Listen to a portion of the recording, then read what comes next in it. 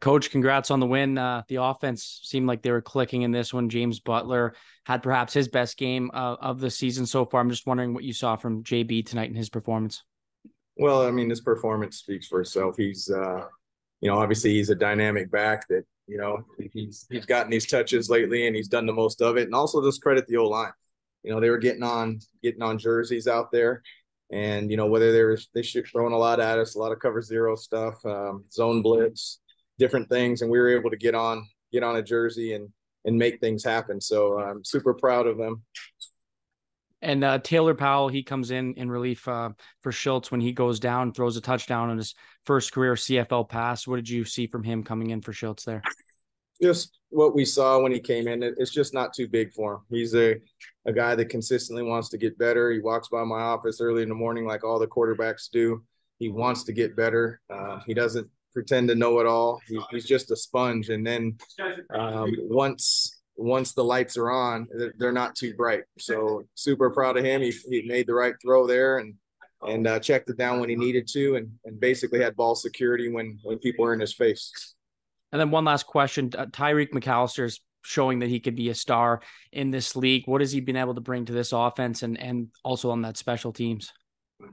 Well, he's just dynamic, right? I mean, look, he can use a bunch of different activities, but he's definitely dynamic, and we need to get him on the field. And there's another guy that made a seamless transition where it wasn't too big for him. Credit him for coming in shape, ready to go, absorbing the offense. And then obviously, he had that dynamic return today, and it's just too bad that it got spoiled by what appeared to be a fairly decent block.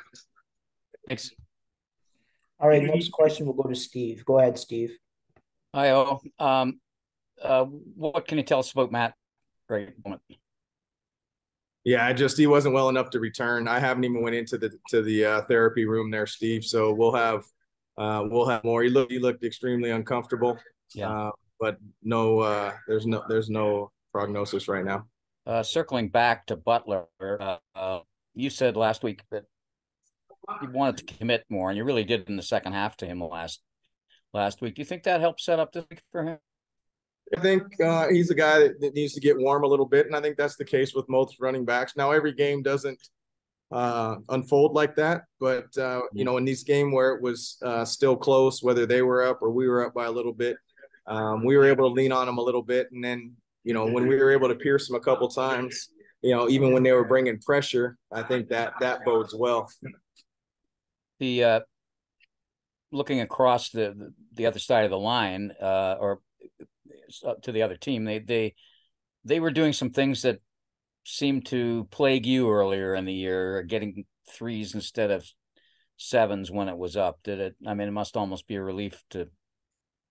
Well, I was proud of our response. When things didn't go right, we held them to. We don't plan on starting the game and giving them the ball right back. We thought we were gonna have decent field position. Unfortunately, slipped through our hands and they recovered it.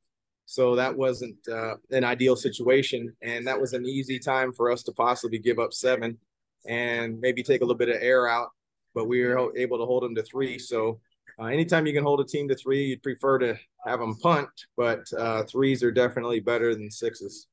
I'll pass this off to the next person after this. Stavros is a guy that always goes to the ball, even if it's always been completed. At least that's what it looks like for where I said, and that paid off tonight. Yeah, I mean, Stavros kind of ever since he's been at UBC, when we looked today, he's kind of a make a little bit of ball type of guy. So, to say that I was surprised that he's around the ball, I'd be lying. He's just that guy.